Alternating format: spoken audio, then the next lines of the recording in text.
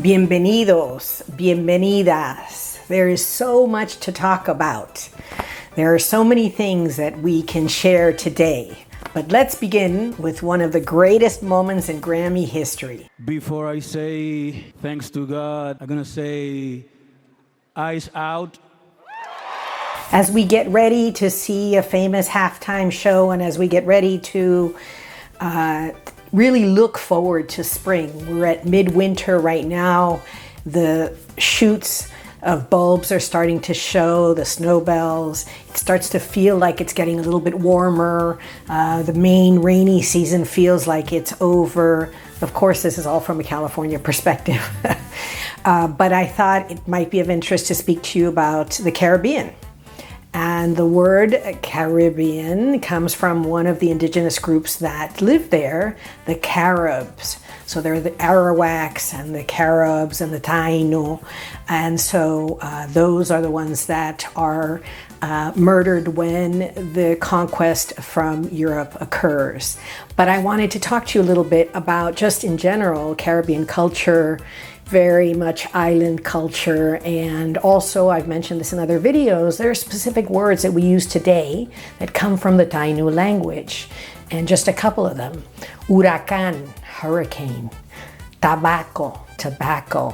Hamaca, hammock. Barbacoa, barbecue.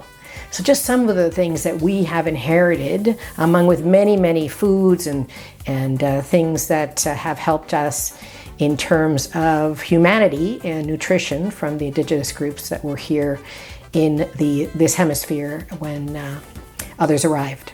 So since 1492, you have the enslavement and the genocide that occurs in the Caribbean, and for the next over 500 years, you basically have the land stolen and the people don't resist the incredible, terrible diseases that are brought from Europe for which they have no immunity. So you have a lot of empty land, and so the European governments that want to exploit that land then bring in enslaved peoples first to the Caribbean.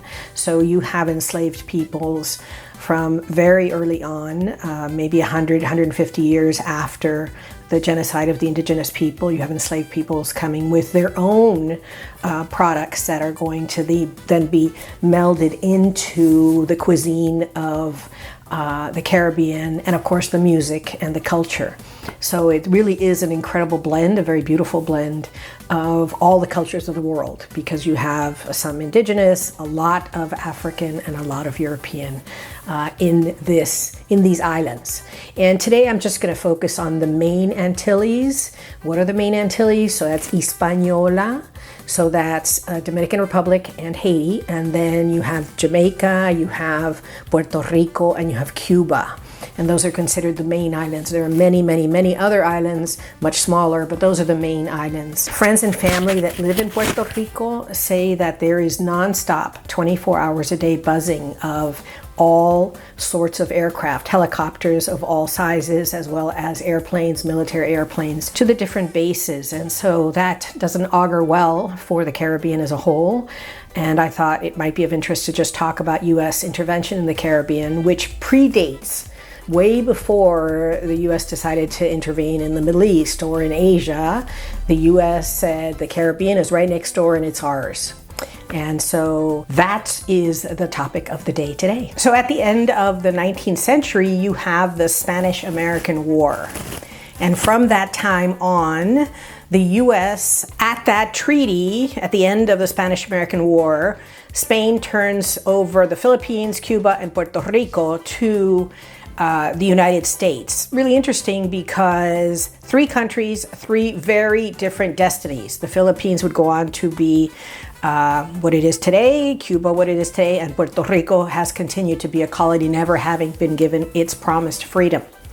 And so you have, for the last over 150 years, so maybe almost 200 years of colonial absolute control, both economic and political, of Puerto Rico and the surrounding areas, because every single island has been invaded by the United States in those last almost 200 years. So let's talk a little bit about it, give you a little bit of background, and of course some great book recommendations. In 1823, you have the announcement of the Monroe Doctrine, and it says, look, Europe, we don't want you messing in our hemisphere. This is our hemisphere. We get to do what we want in this area, and we will do whatever we want, and you can't interfere.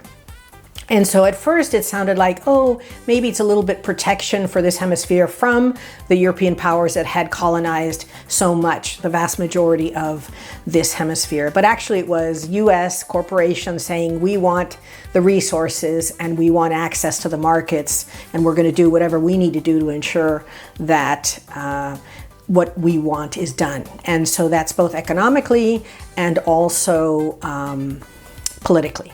So every one of these interventions, the excuse was, oh, the government is going to become something that we don't find acceptable. Well, first, it's none of your business, because if the people want that government, that's what it should be. And second of all, the rest of this hemisphere doesn't exist to please US corporations, obviously. So that's the issue with the Monroe Doctrine. It's not about the people, it's not about better standard of living, it's not about education or healthcare. It's simply, what do US corporations want and how can they have access to the markets and resources of the whole hemisphere. So from 1898 to 1934, you have what are called the Banana Wars. And that's really where the term Banana Republic comes from, because the United Fruit Company had banana plantations all over, and they didn't care what the labor laws were. They didn't care what the current government wanted. They wanted almost slave labor in order to produce bananas. And at the same time, they were creating a market for bananas in the United States. It's actually really recent, less than, 50, 60 years, that bananas have been considered, one, the type of banana that we have is not the original banana. They've made this banana. And two, to use it all day, every day for snacks and breakfast is something that was purposefully marketed and developed at the US largest market in North America. So you have both of these occurring so that the United Fruit Company becomes what they call the octopus, the largest corporation that dominates Latin America. So just to give you a sense, between the years of 1898 to 1934, you have Haiti, Dominican Republic, Cuba, Nicaragua, and Panama. You have 5 countries that are invaded to ensure that corporate interests, American corporate interests, succeed in access to resources, the land. And in Haiti's case, it's just, all of them are horrific, but in Haiti's case, they actually reintroduced forced labor or slavery for the United Fruit Company and the US Army to do whatever they wanted in Haiti. So if there is a country that deserves reparations, not just from France, because France charged them billions of dollars for liberty tax, but the US has abused and just invaded and done terrible things to Haiti, it's just, Haiti deserves a lot better than what it has received. And even the relations with Dominican Republic next door have not been easy. There have been massacres, one after the other. The dictator Trujillo had the people at the border say the word perejil. Perejil is a word in Spanish that requires you to roll the R. And if you're French speaking, that's not easy. So if you couldn't say perejil, if you said perejil, or you said something that didn't sound like you spoke Spanish, then you were gunned down. And so I think about 40,000, I don't know if they were Dominicans who only spoke Haitian, I don't know, but it was at the border and these people were slaughtered unbelievably. So there have been a lot of back and forth. And if you look at Hispaniola, you see Haiti actually has a much smaller portion of the land than does Dominican Republic, but it is a very rich country in terms of minerals. And so that's why the US is so interested in Hispaniola. I mean, Haiti has a lot of minerals, as does Jamaica, as does Dominican Republic. And Puerto Rico actually has one of the largest observatories in Arecibo. You may have seen it in the James Bond movie. And it also has supposedly underground laboratories. it is said. All I can tell you is that the U.S. uses Puerto Rico as if it were its backyard, doesn't care how many people are poisoned by the bombing in Vieques, how many women are sterilized against their will, and that happened to about 20,000 women earlier last century. And so there's been, just like at Tuskegee, just like in Guatemala, Puerto Rico has been a place where the pharmaceutical companies have tested all sorts of terrible things. All sorts of food companies have tested all sorts of hormonal things in food. So it's a constant misuse and taking advantage of those who are completely dependent on you as a colony. So a friend who is a comedian says, the Commonwealth of Puerto Rico is neither common nor wealthy.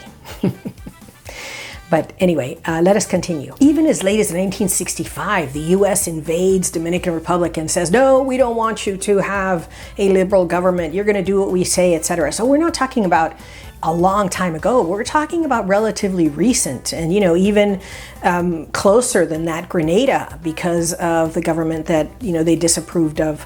All of a sudden, it was, Grenada is a really small island. But what I'm saying is it's just been invasion after invasion after invasion. And it's just a tale of woe, is all I have to say. When I was in graduate school, there was amazing theses that were being written by Caribbean students that said, look, we can form an economic union like the European community and do just great because we have everything that we need among the Caribbean islands. And of course, that has not yet been allowed or approved, but I know that it is in the minds of many people. And I know that self-sufficiency, not just food sovereignty, but also the ability to protect communities from all of these evils that are imposed on them is at the forefront of many leaders and many people who live in the Caribbean. So what are the controls used today? Well, you have the embargo against Cuba, you have trade agreements, you have IMF conditions that really just nail the local economies to the wall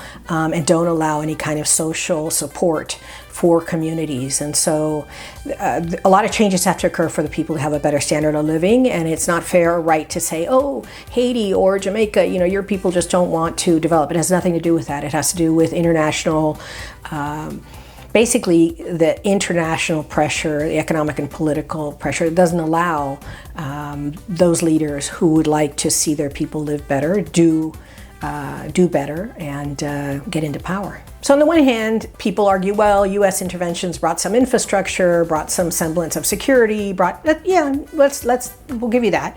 But on the other side, they're absolute terrorizing whole populations, right? So repression, lost sovereignty, long-term dependence, all of these things come hand in hand with that quote-unquote help from the United States, right? And now on to my favorite part of the video, the book recommendations.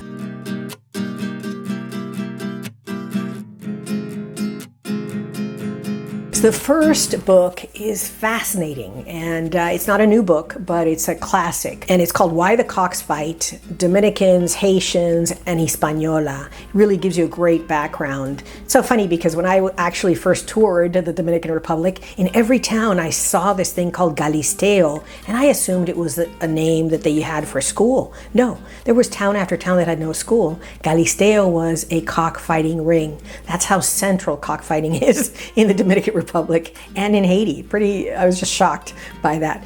But it's a beautiful country, amazing. Pine forest in the mountains, some of the best. You can whale watching in the north in Samaná, and also just beautiful, all sorts of water sports. It's a paradise. It is paradise. And there's so much potential in all the Caribbean countries. I've actually recommended this book before, but it is so powerful and it's so important that I'm recommending it again. It's called War Against All Puerto Ricans, and it documents, the war that has gone on against Puerto Ricans for almost 200 years. And if you want to understand the songs that you'll hear on the Super Bowl, if you want to understand Benito's perspective, you need to read this book. This book is just essential reading for anyone that wants to understand Puerto Rico, the struggle it continues to have today, and why it deserves to be free like the other nations of the Caribbean, and why they deserve to go their own way, to develop as they would, as their culture and their people and their values would would require them to, and it's not right.